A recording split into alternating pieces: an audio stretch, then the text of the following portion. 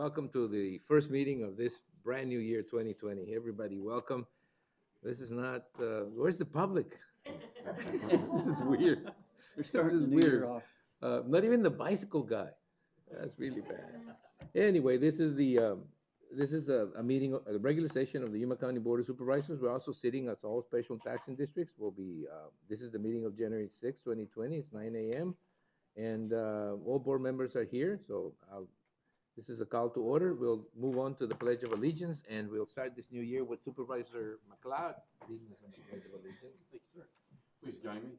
I pledge allegiance to the flag of the United States of America and to the republic for which it stands, one nation under God, indivisible, with liberty and justice for all. Thank you. Well, we had to welcome Benito, because he has to be here, but I know. part of his job. So anyway, we'll move on. The next item in the agenda is call to the public. Call to the public is held for the public's benefit to allow individuals to address issues within the board's jurisdiction. Board members may not discuss items that are not specifically identified on the agenda. Therefore, pursuant to Arizona revised statutes, action taken as a result of public comment will be limited to directing staff to study the matter, responding to criticism, or scheduling the matter for further decision a decision at a future date. Anybody coming up, call to the public? Good morning, Chairman and members of the board. I wanted to take this opportunity to announce our selection of the housing director for Yuma County. Jesus Roldan, come forward. Jesus was the selection after a national recruitment process that we went through, an interview process. And so he has been the deputy director, and now he's moving up to the director position. So I wanted to welcome him and give him an opportunity to say a few words to you. I want to recount. That's a word we haven't used in a long time. So just wanted to use before the 2020 elections come on. Well, thank you for the opportunity, and like Susan said, I've been the interim director since February of this past year, and looking forward working with you guys and with Susan, and anything that that I can do, you please let me know. More than happy to go there and visit us to see what we're doing and what new projects and what currently we'll continue doing, so we can continue our success in the housing program. Okay. Mr. Roldan, are you still a city council member in Somerville? Yes, I am. You notice they still a city council member in Somerville? Now, welcome. I mean, you've been in the team for a while, so, and I think they made a wise choice. You've done a great job, an excellent job. And sometimes we don't keep up the good work you're doing over there. Forward. Thank you. Thank you very much. It's always good to keep the local talent local. Oh, here comes the bicycle guy. You spoke too soon. I spoke too soon. Should have given him a little more time. Anyway, the next item in the agenda is presentations, proclamations, and appointments. During this segment of the agenda, board members may discuss presentations and proclamations, may announce appointments to the Yuma County Planning and Zoning Commission and the Yuma County Board of Adjustments. No legal action will be taken. I am reappointing Mr. Joe Harper to the Board of Adjustments. He just had heart surgery, so I'm sure that he's looking forward to it as much as I am, serving in it. And Mr. Chair, I would like to appoint Eric Seltzer to the Board of Adjustments and Ron Rice to the Planning and Zoning. I didn't even know Mr. Rice was still around. Yeah, he's still around. he's doing great. Was he in the Planning and Zoning? Yeah. Also on the board for the authority, isn't it? The airport. airport. The airport board. I Yeah. thought he was. Is he still in the board, the airport board, or was he? I think he was termed out or something. Oh, he's termed out now. Yeah. Well, anyway, did you get those, Desiree? All right. Then anybody else? Anyone else? No? Okay, then the next item in the agenda is a presentation of the county line by Yuma 77, the Yuma County Government Channel.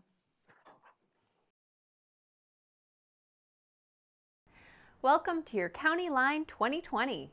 As we're now stepping into a new year, your county government is poised better than ever to provide the services you've come to expect. As we look forward to the coming year, we're going to look back over 2019, where we experienced new faces, changes, and services.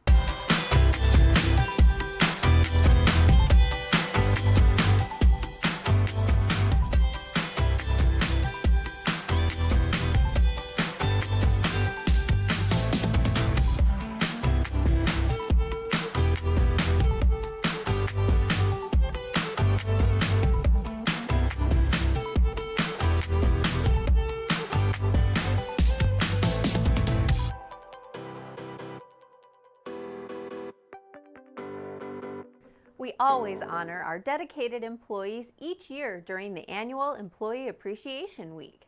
A total of 3 categories for annual awards. Our Yuma County Employee of the Year went to Jesus Cervantes from our Information Technology Services Department. The Yuma County Courts Employee of the Year went to Danae Figueroa from the Law Library. And finally, our Safety Excellence Award winner went to Cesar Faz of the Superior Courts. Congratulations to them all, and be sure to stay tuned. The 2019 Yuma County Employee Recognition Awards will be coming soon, and we'll be sure to highlight them here on the County Line. There were some very important leadership roles your county government took the lead on outside the boundaries of the county. Early in the year, Supervisor Russell McLeod took his seat as the president of the Arizona County Supervisors Association, while Yuma County Recorder Robin Stallworth-Poquette took her seat as the president of the Arizona Association of Counties. Both of these organizations provide critical help at the state legislature and are the conduit to aligning the legislative agendas of all counties. The year of Yuma County leadership with both of these organizations was a first in Arizona's history, where a single county held the presidency of each organization. And the leadership from Yuma County also expanded the entire nation and Canada when an important vote was made by an organization representing more than 90,000 people took place. Juvenile Court Director Tim Hardy was elected as the president of the American Probation and Parole Association. During his 2-year reign as president, Mr. Hardy will be at the tip of the spear, guiding the most influential organization representing the probation and parole industries. The APPA is the leading resource for these diverse industries and provides training at all levels and develops best practices for all in the industry to follow. Closer to home, the Yuma County Sheriff's Office teamed up with other agencies in the county to form the very first local training academy. The very first complete training course for law enforcement started in March. Nearly 12 weeks later, the first batch of cadets graduated. The classes now make it more convenient, since previously cadets had to travel to Phoenix for training. It also saved nearly $10,000 per cadet. We learned a lot about the constant beating our roads in Yuma County take and the struggle our Public Works Department has to endure to keep roads operable for you. Part of the struggle is to have solid equipment. Fixing roads is not easy work, and it's even harder on the equipment used. So when it came time to replace old equipment, the new models are far more reliable. Not to mention, they come with the latest in technology. This type of technology can make some things move quicker, and other technology helps with things like accuracy, safety, and reliability. Big changes at the Yuma County Recorder's Office are projected to make elections run smoother. That's because the Recorder's and Elections offices typically run hand in hand during elections. Early in 2019, the Yuma County Board of Supervisors voted to integrate the Elections Office with the Recorder's Office. Not a complete surprise, as some Arizona counties were already doing this, but Yuma County is the first in the state to include an Elections Advisory Committee. The committee helps guide and refine election practices, and the new relationship of the offices will make the entire election cycle easier to handle. Another partnership, this time between the Arizona Supreme Court and our Adult Probation Office, gives volunteers training and more time to adult probation officers so they can focus on the probationers. AmeriCorps members assigned to adult probation assist with case administrative tasks, court navigation services, and also provide linkages to resources and services to probationers. They started with 2 volunteers and realized the return allowed officers to better perform their core duties. So this year, the program will be expanding, and adult probation expects that AmeriCorps members will serve close to 3,000 hours. Over the span of 2019, many Yuma County employees, agencies, departments, and programs received awards. And while we'd like to take an hour and talk about all of these achievements, 2 certainly were at the top. We typically talk about the graduations at Aztec High School. Originally opened in 1995, the school was geared to help students on probation and not attending school. It's a charter school under the umbrella of the Yuma County Juvenile Justice System. Over the years, Aztec has gained in popularity and has adopted the Kids at Hope philosophy that all young people are capable of success, no exceptions. And they proved it this year when 4 students brought home the school's first medal in regional Future Business Leaders of America competition and qualified them for state competition. It's significant for many reasons, and particularly the fact the size of Aztec is far smaller than many of the schools they competed against. Our Yuma County Health District is busy every day keeping you and the community safe and healthy. They do this in a variety of ways. One of those ways is to start teaching at an early age. But teaching children about things like making good food choices wasn't easy until just over a decade ago. That's when they started the Body Walk. Back then, it was the first of its kind in the United States. Taking a large space, fill it with temporary walls, pathways, private rooms, and ultimately turning it into a guided walk through the body, complete with characters and volunteers eager to make teaching fun. Blue Cross Blue Shield of Arizona teamed up with Jake Steinfeld, who started the program Body by Jake, and awarded Yuma County as the 2019 Spotlight Award winner in Arizona, and gave a $10,000 award. The Body Walk program continues to be a hit among 3rd graders in Yuma County, so much that the entire program typically books up to a year in advance. And that's just a few of many notable events, awards, and people that make up your county government. 2020 is set to be an even more amazing year, and all of us at Yuma 77, the Yuma County Government Channel, will continue to bring you the stories you don't usually get to see. We'll see you on the next County Line. That was a good summary. Very complete, thank you. We're searching about, I mean, that presentation, that new one, it's also very striking. I like that. Right? Maybe we can find a better name than the Yuma County Line for the future. We'll be waiting for your suggestions. Well, it sounds too much like Yuma County Line. So we'll talk about it later.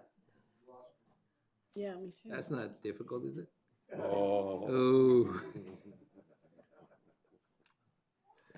Anyway, let's move on before he does something to the video or something. All right, the next item in the agenda is, and this is a very short agenda, is the consent agenda. The consent agenda, the items are listed under the consent agenda, will be considered as a group and acted upon by one motion with no separate discussion. Unless a board member so requests, in that event, the item will be removed from the consent calendar for separate discussion and action. There's items 1 through, I think it was 12. 1 through 12, are there any items that anybody wants to pull? No items, then I'll entertain a motion to approve items 1 through 12. Mr. Chairman, I move to accept items 1 through 12 as presented. Second. There's been a motion and a second to approve items 1 through 12 as presented without discussion. All those in favor of the motion signify by stating aye. Aye. All those opposed? Motion carries. And that included the appointment of, let's see, where is it here? The reappointment of Daniela Vega Esparza to the Yuma County Housing Board for a term that sunsets in December 31, 2020. I'm sorry, I should have pulled that out so that we could acknowledge that she's here with her family. It's too late now, but you've been reappointed, so Thank you. thank you for your service. We'll move on then from the consent agenda to the discussion and action items. We will, in this area, the board will open each of the following items separately for discussion and action as appropriate. The first item for discussion and action is from Development Services. We'll request the county attorney to file an abatement action in Superior Court to enforce zoning violation case number 19-H-0039 for the property located on 13761 East 51st Street. Mr. Sellers? Good morning. Craig Sellers, Director of Development Services. This case has gone to the hearing officer, and they were found in violation, and a civil sanction was levied because of that. This morning, this photo was taken identifying that the vehicles are still in place on the site. And so at this point, we're requesting this to be referred to the county attorney for abatement in Superior Court.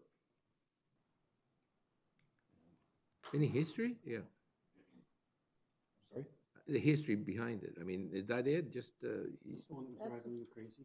Yeah, Is this this the has one? been ongoing for over a year, or longer, as far as The trying to stuff get in the them, back, huh? trying to get them clean up the motor home on the side of the residence is unoperable.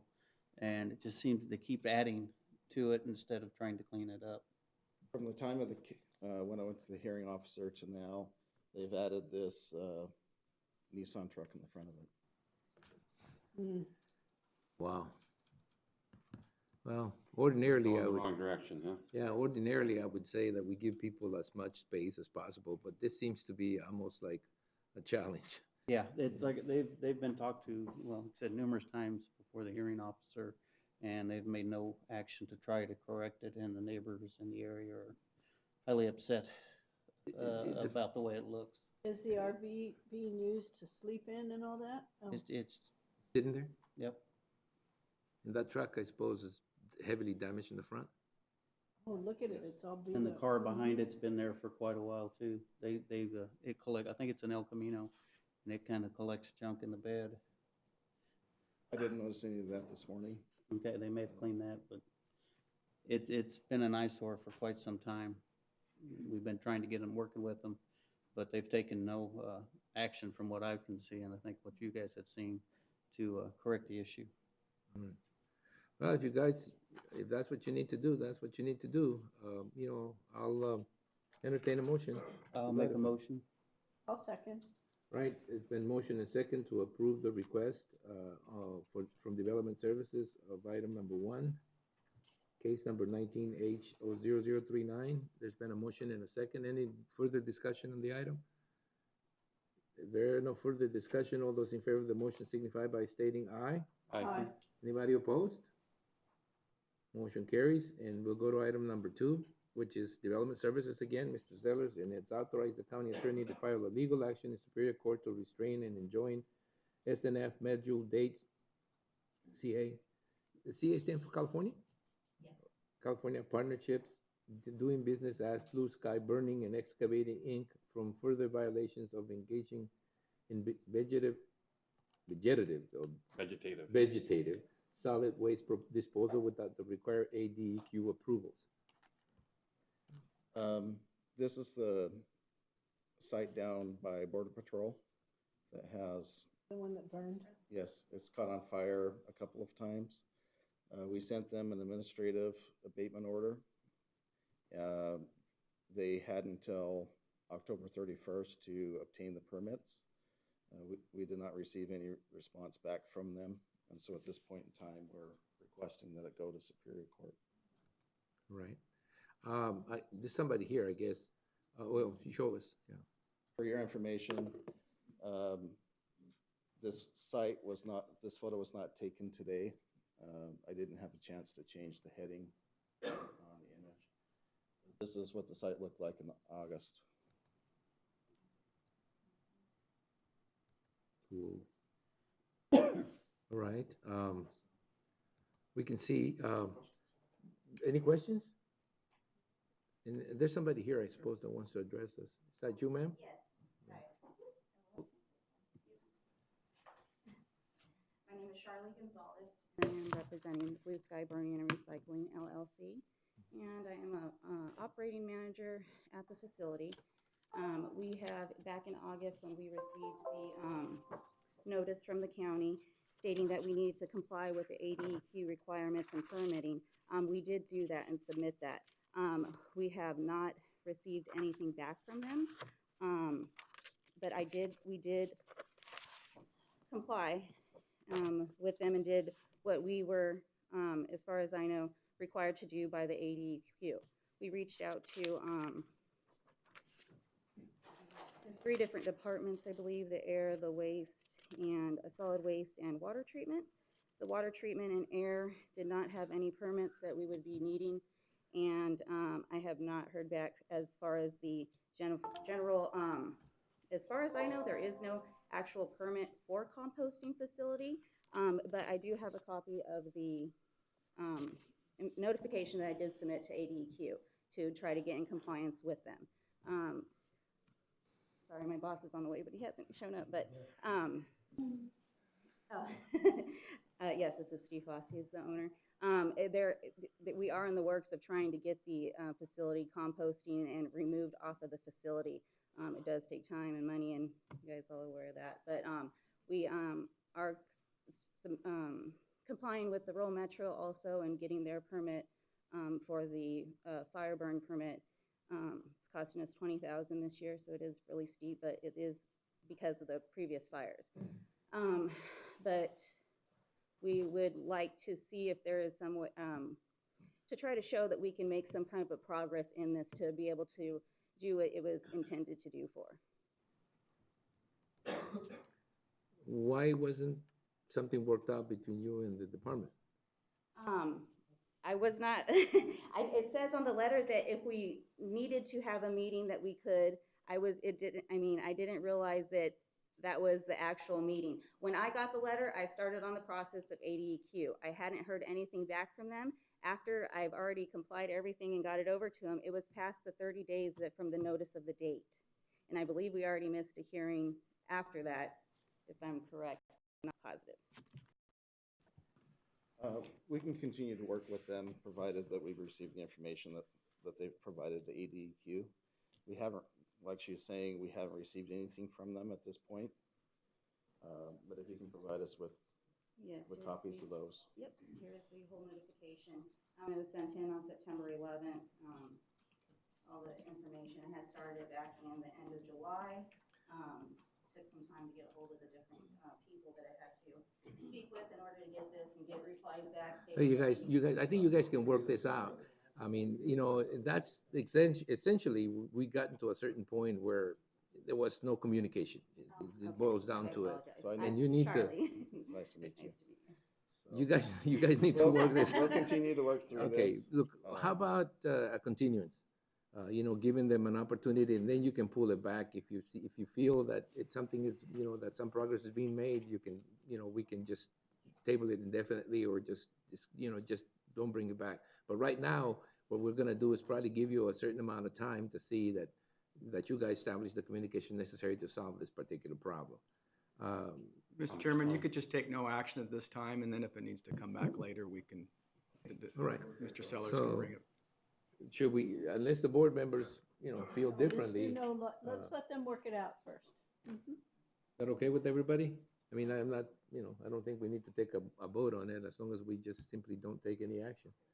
Okay, we're not gonna take action on this item to allow you guys time to work these things out, and it can always come back, okay? So this item will take no action, thank you, and continue, thank you. All right. It is always a good day when the attorneys agree to, you know, postpone something.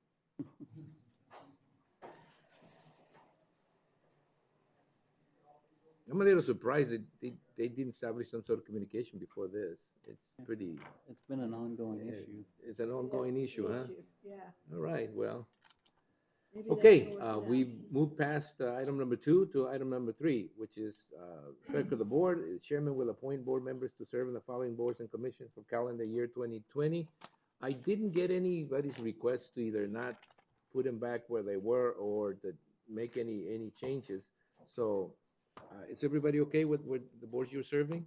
Yes. Do I have to go through each one individually, or is it No. just one single motion and, you know, to reappoint everyone to the boards they currently serve? So moved. No, I'd make the appointments, Oh. but, you know, there's a couple, there, all right. So just a single motion to reappoint everyone to their current positions would suffice? Or do I have to go through each one individually? I think if you word it so that it's reflecting what it was last year, that would be okay, because we could go back as a So, well, document. it's an appointment made by the chairman. There's one that's made by the board, and that way I think we'll probably need some more action. But on this one's, all those people that serving on boards that the chairman appoints, I'll make an appointment that all those people that serve in those boards as of 2019 will continue to do so for the year 2020. Yes. Is that good enough? Okay, then consider that done. So the other ones, that have to be appointed by the board. I think there's the Yuma County, well, the Health Benefit Trust Board, that's an appointment that doesn't need to be made every year. So the other ones that I can see here, if you can help me with this array, are the Western Arizona Economic Development District Board, the Western Arizona, the Yuma Metropolitan Planning Organization Executive Board. That's it. The Economic Development, the YEDC Board, does it get appointed every? How? That's what you just did. Oh, the Greater Yuma Economic Development Corporation. I just appointed them. I'm Yeah. sorry, I thought it was one of those board items. So how many boards are the general board has to make appointment? 2 of them? All right, so I'll entertain a motion to appoint those 2. The Western Arizona and the, I think you serve on that one, don't you? yeah, I serve on that one. And the Yuma Metropolitan where Lynn and Martin serve on. Right. Right, so I'll entertain a motion to appoint those 2 So to the moved. board. Is there a second? Second. Been mentioned in second to appoint those 2 individuals to those 2 particular boards. Any discussion on this? If no discussion, all those in favor of the motion signify by stating aye. Aye. Thank you very much. And I forgot to tell everybody, we do appreciate the service, not only on these boards, but all the other stuff that you do. And I know that sometimes, most people do not realize just how busy a supervisor can get. I can tell you right now for the reporting at the end of the meetings that Lynn certainly does that. Proves the point that someone can spend much more time. I enjoy it. Good, so. All right, that takes care of item number 4. And we move on to item number 5, which is county administration discussion and possible action regarding the following legislative items. And it would be a report to the Board of Supervisors regarding proposed bills in the Arizona State Legislature with impacts to Yuma County, and update regarding strategies relating to federal legislative priorities. Paul Melcher. Good morning, Mr. Chairman. Paul Melcher, Director of Economic Development and Intergovernmental Affairs. Mr. Chairman, I'd like to begin with a quick rundown and update of the talking points for the March federal legislative visit. Just some points coming from the federal budget spending that was approved on December 20th was in regarding PILT, rural schools was reauthorized for 2 years.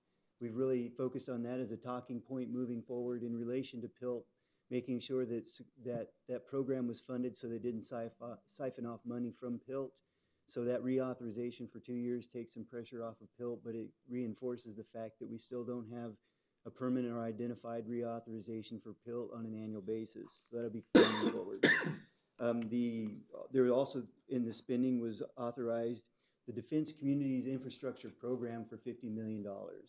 Last year, the federal legislators approved the creation of this program, and what it was designed to do was to be funding available for a series of small projects that supported defense communities and the infrastructure needs, such as roads, fences, sewer, water, anything that helps support the local development of bases within communities. However, we've also identified this as a possible area for some short-term relocation funding for the fairgrounds. So I'm going to look into this more in depth because we had addressed it as a possible long-term solution for the fairgrounds relocation, but the intent there was to only allocate between $50 and $75 million. The long-term relocation is much more than that. So we're going to look at this as a possible funding source for the short-term relocation and continue to look at a long-term allocation of some federal funding for the long-term relocation. But that was good news. The initial amount is $50 million. Moving forward, the biggest item that seems to be discussed right now is the port of entry improvements for San Luis 1. The budget allocated $158 million for port improvements versus the $248 million that were originally budgeted and requested. So there's a $98 million gap. I'm going to be working with the city of San Luis to identify some strategies to address coming up and trying to secure the additional $98 million to complete that project. They're also looking at how that pertains to the $158 million and what those projects would look like being scaled back. The other thing that I'm preparing for the Board of Supervisors is a twofold information project based on this. Chairman Reyes, you mentioned at the last meeting, one of the things that we were looking at is the cause and effect of the staffing levels at the port, the efficiencies. So I've gone back and I'm conducting research into the staffing levels and activity levels at the port versus what the wait times have been. So I've been able to get most of the information available so far for the POVs, which would be the personally operated vehicles. The next phase I'm working on is pedestrians. So once I have that wait time information, I'll provide that to the Board of Supervisors. That'll also help when I discuss this with the City of San Luis to formulate those strategies moving forward on the recommended improvements. We know that we've recommended some substantial improvements on the US side, but we're also advocating for improvements on the Mexico side. And in tying with that, there was an article in the newspaper that said the state of Sonora has earmarked funding for a southbound traffic congestion study. So that would be traffic heading southbound into the city of San Luis, but we also wanted to make note, one of the big items for congestion moving northbound is the fact that you only have the 2 lanes of traffic queuing up and trying to get into the 6 different lanes or 8 different lanes that might be open at San Luis 1. We've always understood that there's a necessary realignment of those lanes to either expand them or to queue them up in a straighter fashion to help facilitate crossing there. So as this moves forward, I'm hoping that we can somehow get some comments to not only take a look at the southbound, but the northbound entry as well. The H-2A labor rules that we've been working on, as I mentioned at a couple meetings ago, we know that's been moved forward through Congress in the form of a bill. That was HR 4916. It's still in committee and hasn't made it out. I wouldn't anticipate that that bill would move forward here until this next session gets rolling and gets more, momentum. And then the last 2 that we were talking about was we include additional talking points for restoring health benefits to pretrial individuals. Those 2 bills are in the Finance Committee. Those are Senate Bills 2626 and 2628. So as we have those move forward, I don't know. I just wanted to check to make sure noise. something's going on behind your back. It is construction background Thank noise you. for Okay. your presentation. As long as that's all it was.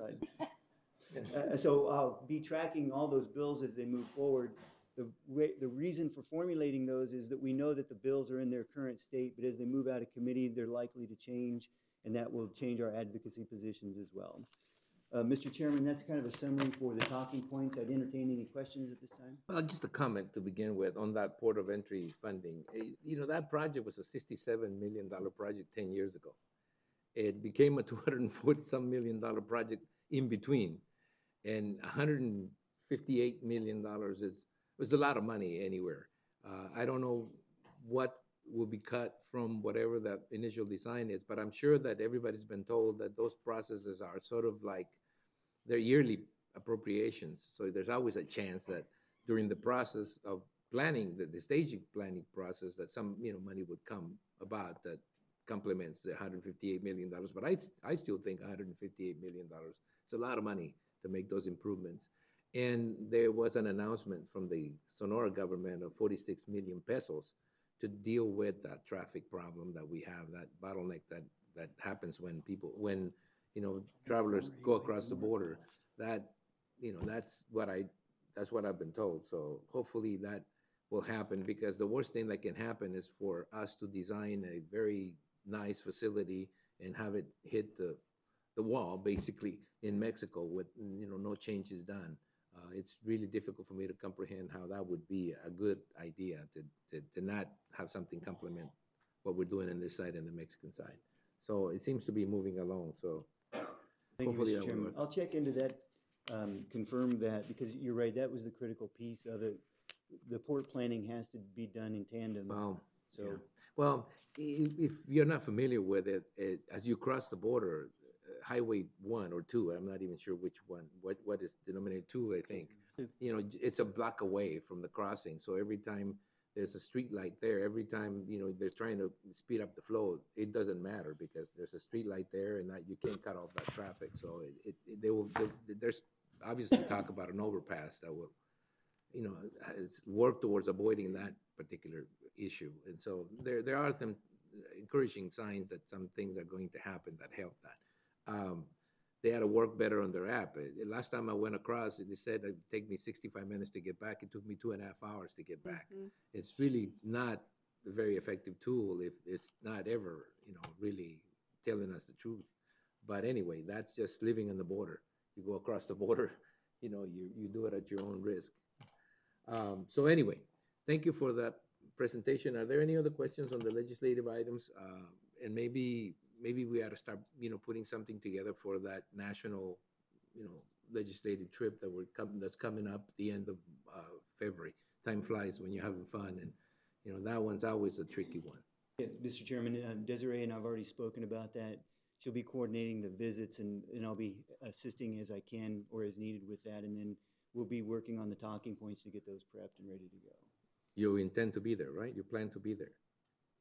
Mr. Chairman, I haven't discussed that yet, but if that's the board's desire, then I can discuss that with the county administrator. Mr. Chairman, the only other update I have for you is on the state. We don't have a state legislative bill report yet because it officially starts January 13th. However, I thought it was very telling in the Saturday version of the Yuma Sun, which we had a brief rundown by Senate President Karen Fann. I took this quote from there. She said that we should expect an ugly and short session. So the short session would come about because we know that moving the primary up 4 weeks is going to necessitate the legislators wanting to get out there and be able to campaign earlier. But it's really telling, though, because the President Fann expected that the governor will be providing a budget and issuing a budget shortly after the State of Union on the 13th. Both the Senate and the House are expected to drop their budgets simultaneously. And that really rarely ever happens. So you're looking at a budget discussion starting already this early in the session. So if the budget's starting that early, you can figure that it will decrease the window for the bill discussion as well, because the budget takes primacy over most of the bills. Some of the priorities that Senator Fann listed were the final installment of the 20% pay raise for teachers, which that is $340 million this year, infrastructure for highways and schools, rural broadband infrastructure, and public safety support. Not any real dollar amounts identified with those, but just a general review of those priorities. From the Democratic side, and this was from Senator Minority Leader David Bradley, they were really looking at infrastructure for the state agencies and colleges. They're saying that some deferred maintenance on that has put some of the buildings where they're in need of some significant maintenance and repair. That also included increased maintenance for the prison system as well. We've had that discussion about deferred maintenance and the impacts at the county level, so you can imagine what that might be at the state level. There was also a discussion about increased pay for prison guards to increase and enhance both attraction and retention of prison guards, and then a focus on transportation. So, Mr. Chairman, absent having any of the bills really listed and ready to go, I think that just gives you a really quick perspective on what the budget discussions might include. And throw in a couple of bills like the one that basically allowed people to build a wall on their property as long as they bought the border without a permit. Those type of bills. I mean, come on. I had a tough time restraining myself on that one, but it didn't come out that way, the article. Your comments were good, though. Anyway, anything else? Anything guys want to bring forth? No? How about the 13th? Who's going to be out there? Who's going to go? I'm going to go. You're going to go? Anybody else is making plans to go on the 13th to Phoenix? To the CSA, what's it? Is it the CSA? Did you contact them for a Yeah. seat? Yeah. Okay. Yeah, I'll be there for opening day, but the 15th is the reception for the legislators, that Wednesday. Right. I'll be there. So we'll have our meeting in the morning, and then we'll drive up for that in the afternoon. Oh, I see. So you guys are going to Good, coordinate? 10:30 on the 15th. Oh, that's right. For the work So session. you were able to work it out, Mr. Simmons?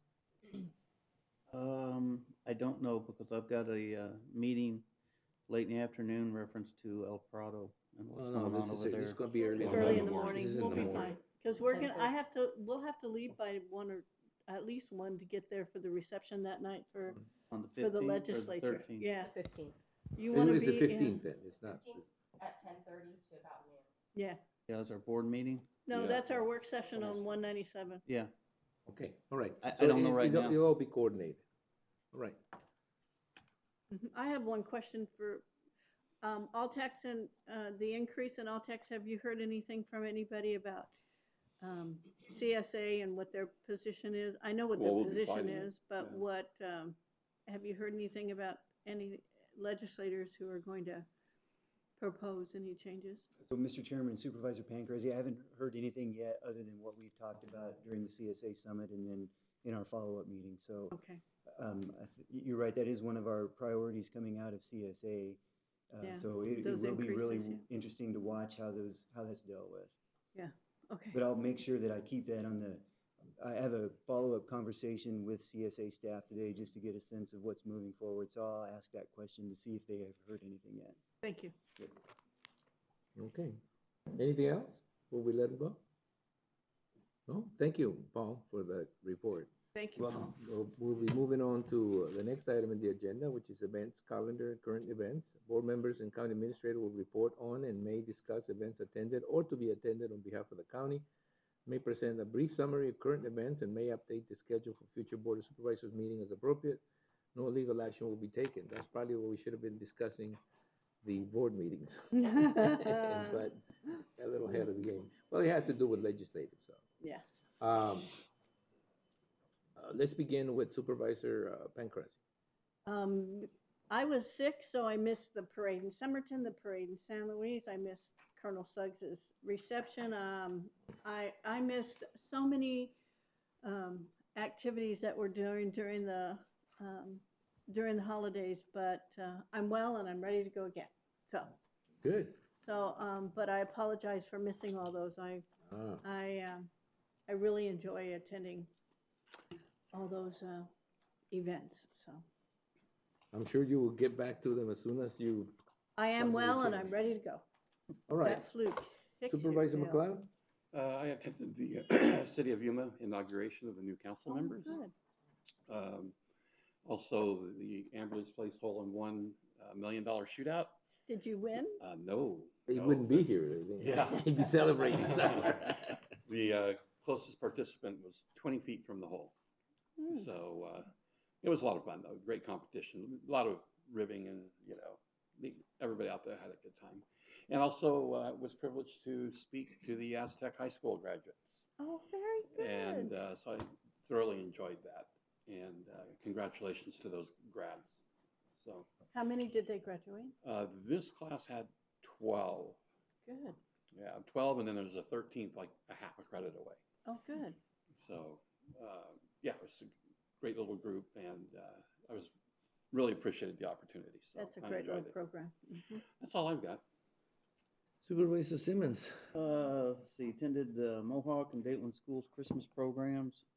Also, the main library's Christmas program, as well as the Welton VFW Christmas program. Had the election advisory board meeting, and also had a meeting with some individuals with Susan reference to a solar plant they're wanting to put up out in Dayton, coming down the road. So we were discussing issues with that. That's Well, about it. did Santa Claus have a good time at all those programs? Very busy. Uh-huh. A lot of kids. It was fun. That's good. Supervisor Forces? I attended the Somerton Light Parade on Friday the 20th, December, and also attended the Elections Board meeting. Did you attend the San Luis parade too? I did. That Because was, that was a prior one. that was, yeah.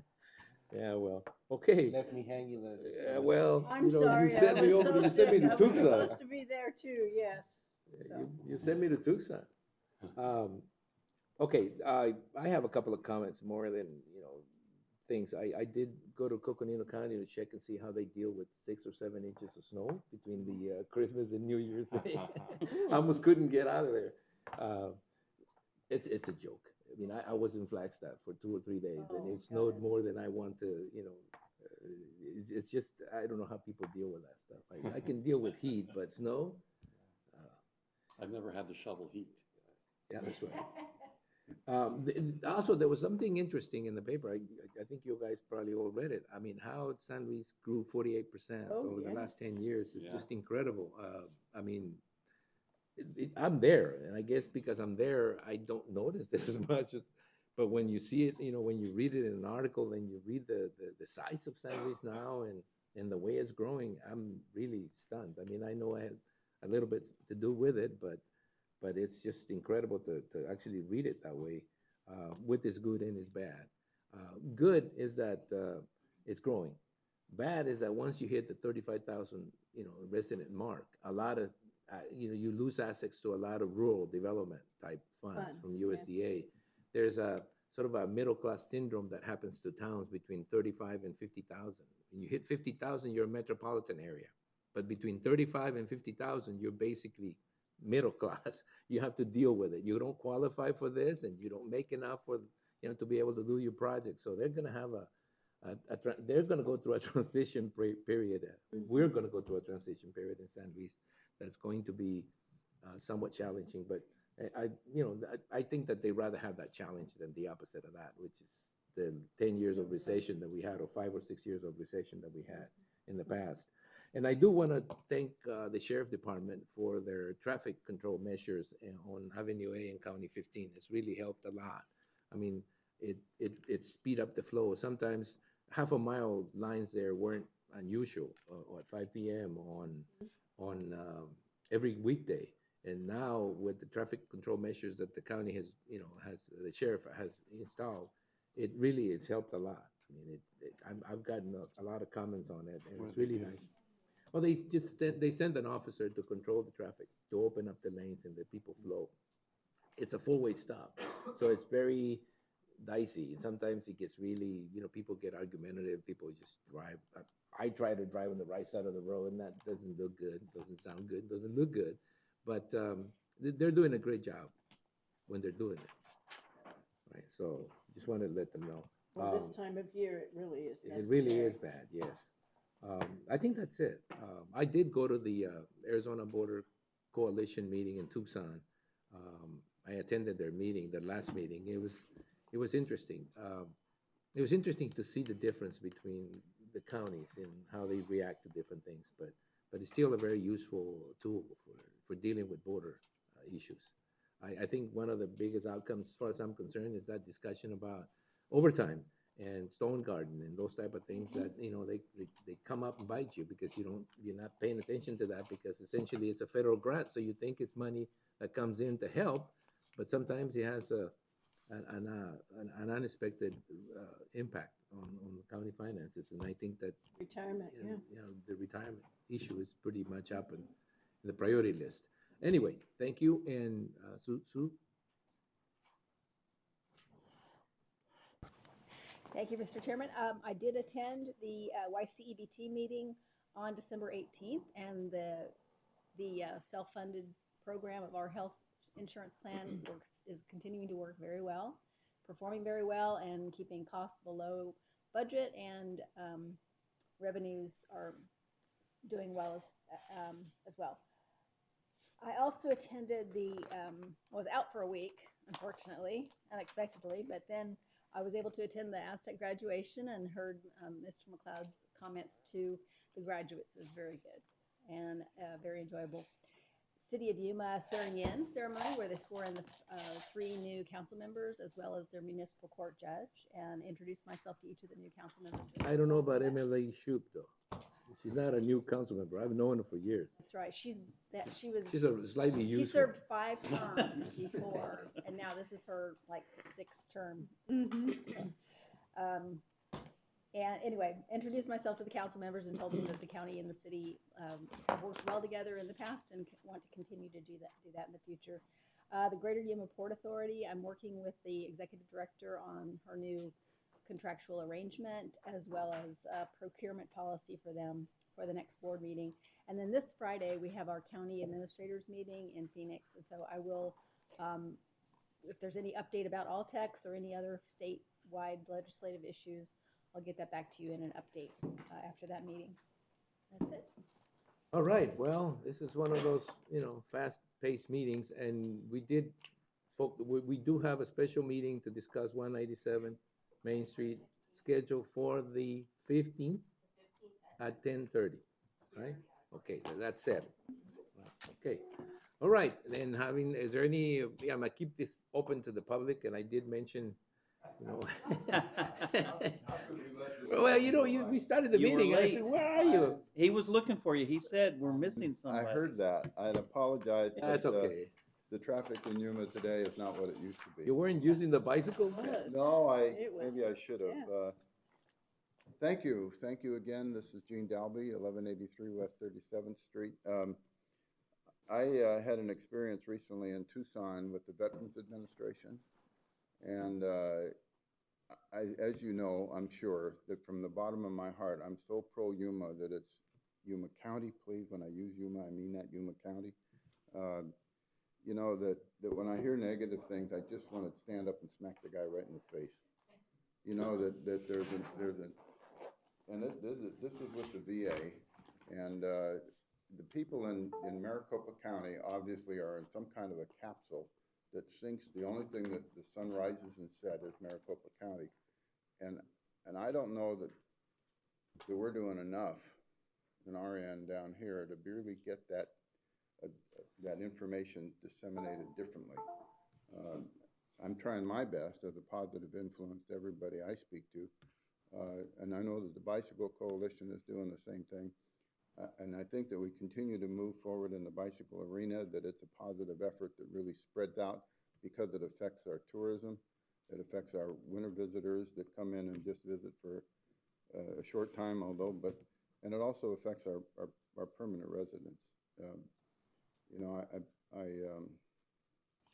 thank you for what you're doing that's in a positive vein, and I know sometimes you don't think of it so much that way because it's the routine business of the day. Just like you said, Mr. Reyes, that San Luis has grown, and rightfully so. I have a meeting with them at the City Council on the 8th to give them a presentation about bicycling and things that they're doing in that regard.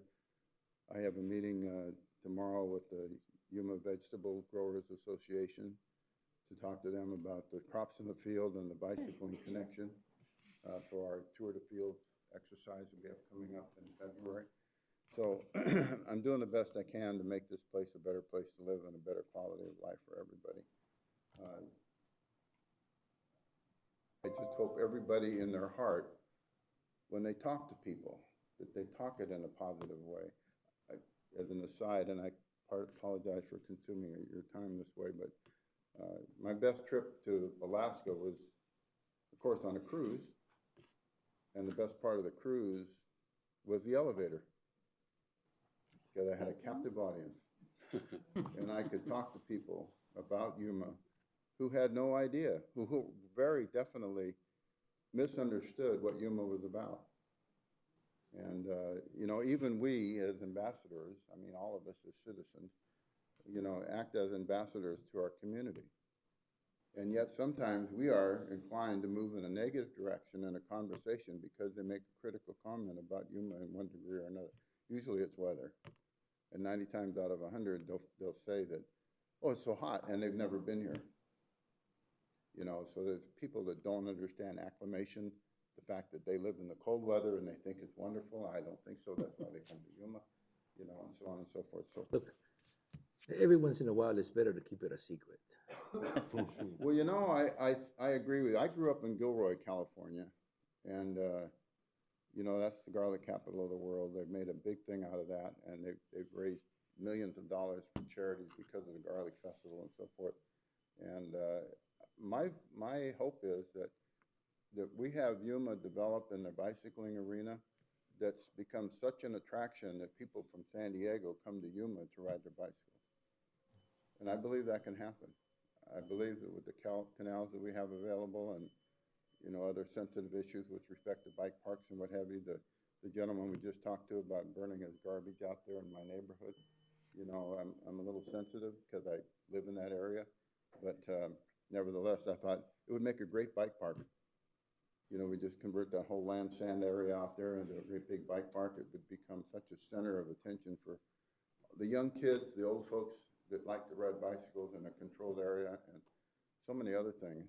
And but I can hope, can't I? I can look Yes, out you can. to the future. You're gonna make me reconsider leaving the open to the public thing to the end. I'm just kidding, Gene. No, Gene, we understand, and we, look, whenever I hear that Yuma is hot, I just say it's sunny. It's not hot for us. It's just sunny. It's just, a very sunny place, and that's why we have so many things to offer, because it's so sunny. It's not hot.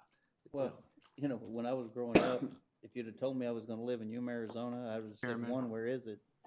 And This then, is call to the public. We can't do discussion on that. I know it's not a huge item that you guys. Well, we're want. not making any decisions. Any, Discussion. this is call to public. I'm past my time period. Thank you, gentlemen and ladies. have a good one, Gene. I'm glad that Okay, everybody Gene, thank you. has a great new year. All God right, bless you all. thanks a lot. So there Aye. being no further business and having closed the public, call to the public, now the meeting's adjourned. See you guys soon, 197, man. That